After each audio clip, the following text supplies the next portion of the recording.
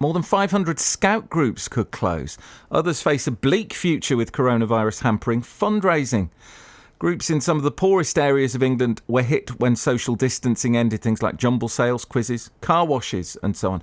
I don't think there's been a bobber job week this week. Vera Bloor is the Scouts District Community Commissioner in Staffordshire and with us on BBC Radio Stoke this morning. Morning, Vera.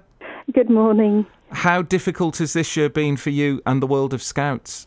It's been very tricky, and but we're doing our very best, as we always do, and trying our best to get through it and keep people's spirits up.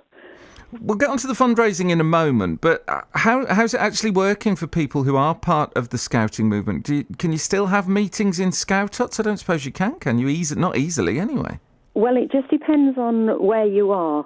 We do have some groups that have been able to meet. Some meet in village halls, for example, and we've got very strict rules on numbers and how they're able to meet. With some groups who would normally meet in schools, and they can't meet because the school's taking priority, and quite rightly. But those groups, we've had some who've been able to meet outside in fields, in parks, again, with very strict guidance and risk assessments. So they're still able to go for their badges and things? Oh, yeah, we've still been doing that. And even when we were in lockdown, we were doing a huge amount of activities virtually, meeting on Teams and Zooms, or people dropping off equipment so that Scouts could take part in something and do it at home and send some evidence in. So we've been keeping young people really active and engaged. Be prepared, I seem to remember, was one of the mottos. A bit hard to prepare for this. Nobody was really, were they? No, they weren't prepared. However, I would say that those Scouts and Scout leaders, our volunteers, are amazing. And the skills for life that we give young people and our volunteers has been tremendous and really helped. We've seen huge amount of resilience with our young people. And so when it comes to the money, so many Scout fundraisers go on, and people might not realise that lots of events that happen are sort of put together by the Scouts, and that's where the money ends up, with car boot sales, jumble sales and things like that. Car washes, another popular one I seem to remember. How's the money looking?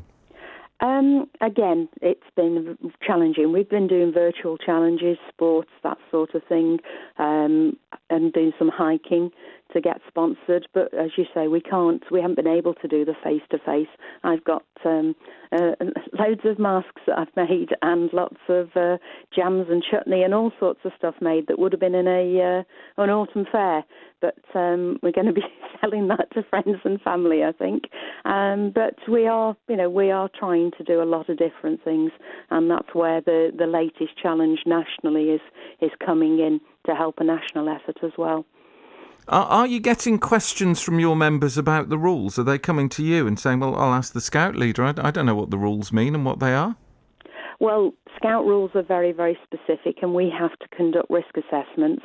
And the rules for our scouting, we come under youth activities, and they are actually different than the rules for in our day-to-day life. So in scouting, we can do certain things, but when the leaders go home and take their uniform off, they comply with the rules like the rest of the area do. How much are you missing it? Well, I've been busy all the way through. I missed the face-to-face. I've been able to see a few groups recently. I went out to one group, and they'd been filleting fish and cooking it, and even dressing and plucking chickens last week. And I've seen groups playing conkers, socially distanced, all sorts of different things going on. So conkers aren't banned. That's a good thing. There was talk of that some years ago, if you remember. It's too dangerous. You'll have someone's eye out with that. I won't. It's been in the oven for 3 weeks. You'll be fine. I used to love playing conkers. Fabulous. Oh. Yeah, to be honest, some of those very simple things have been, really great. They've been able to, they've camped at home and, had fires and toasted marshmallows, and all of those sorts of simple things put smiles on people's faces.